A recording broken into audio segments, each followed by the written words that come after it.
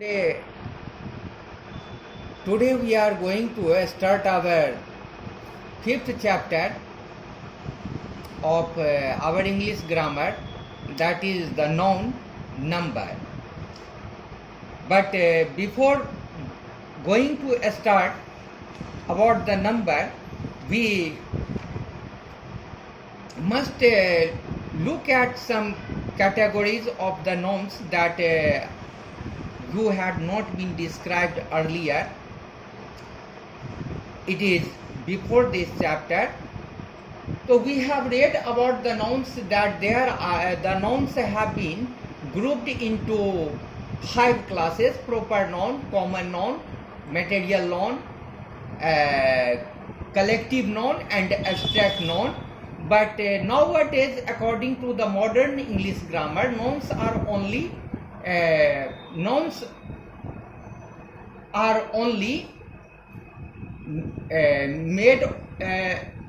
are only divided into 3 groups. Those are the proper noun, countable noun, and uncountable noun. So countable nouns, what are the countable nouns and uncountable nouns? The things which can be measured or weighed but cannot be counted are called the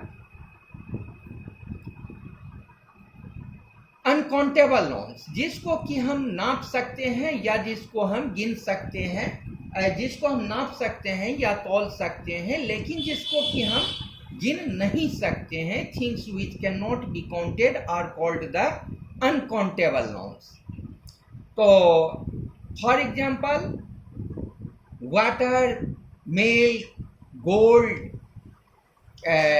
silver, sugar, such things are either measured or weighed, but they cannot be counted, so they can be grouped under the uncountable nouns. And the things which can be counted, which have their own plural forms, are said to be as the countable nouns, जिसको कि हम गिन सकते हैं और जिसका plural बना सकते हैं, उसको हम काउंटेबल नॉन्स कहते हैं. फॉर एग्जांपल, बॉय से हम मेनी बॉयज लिखते हैं, या गर्ल्स से 3 गर्ल्स, 4 गर्ल्स या 10 गर्ल्स, इस तरह से उसका हम प्लूरल बनाते हैं. तो उसको काउंटेबल नॉन्स कहते हैं. काउंटेबल नॉन्स के अंडर में होता है कॉमन नॉन और कलेक्टिव नॉन, जबकि अनकाउंटेबल नॉन्स के अंडर में होता है एब्स्ट्रैक्ट नॉन और मटेरियल नॉन्स. अब कुछ होता है कंपाउंड नॉन्स. तो कंपाउंड का मतलब होता है दो से मिलकर के बना हुआ. जैसे हम कहते हैं स्टेप सन, तो एक वर्ड उसमें स्टेप होता है, दूसरा सन होता है, मिलकर के स्टेप सन होता है. या कहते हैं कि मिल्क मैन, एक वर्ड मिल्क होता है, दूसरा मैन होता है. तो इन 2 वर्ड से मिलकर के जो वर्ड होता है, जो वर्ड बनाया जाता है, उसी को हम लोग कंपाउंड नाउन्स के नाम से जानते हैं. When a word is made up of more than one noun, it is called a compound noun. So another example, mother-in-law, fairy tales, these are also the examples of the compound nouns. So here the questions are classify the colored nouns into countable nouns. I put little oil in my hair every day. Babies don't mind playing in the dust. So here you have to write that babies is countable or uncountable. Here you have to indicate, and dust is countable or uncountable, that you have to write here. You may do these questions by yourself very easily. I have not to discuss about it. Again, we have to read functions of a noun, कि what are the functions, nouns का काम क्या सब का होता है, किस तरह से इसका काम होता है. तो जैसे कि हम जानते हैं कि नाउन्स का पहला काम होता है कि वो वर्ब का सब्जेक्ट होता है. कि अब यहाँ पर है the sun shines in the sky, आकाश में सूरज क्या करता है, तो सूरज चमकता है। तो इस तरह से सन जो है यहाँ पर सब्जेक्ट का काम करता है। Birds fly in the sky, यहाँ पर बर्ड्स फ्लाई करने का काम करता है, माने यह डूअर हुआ यानी सब्जेक्ट ऑफ द एक्शन। दूसरा होता है कि object of the transitive verb, तो ट्रांजिटिव वर्ब के ऑब्जेक्ट के रूप में यह काम करता है।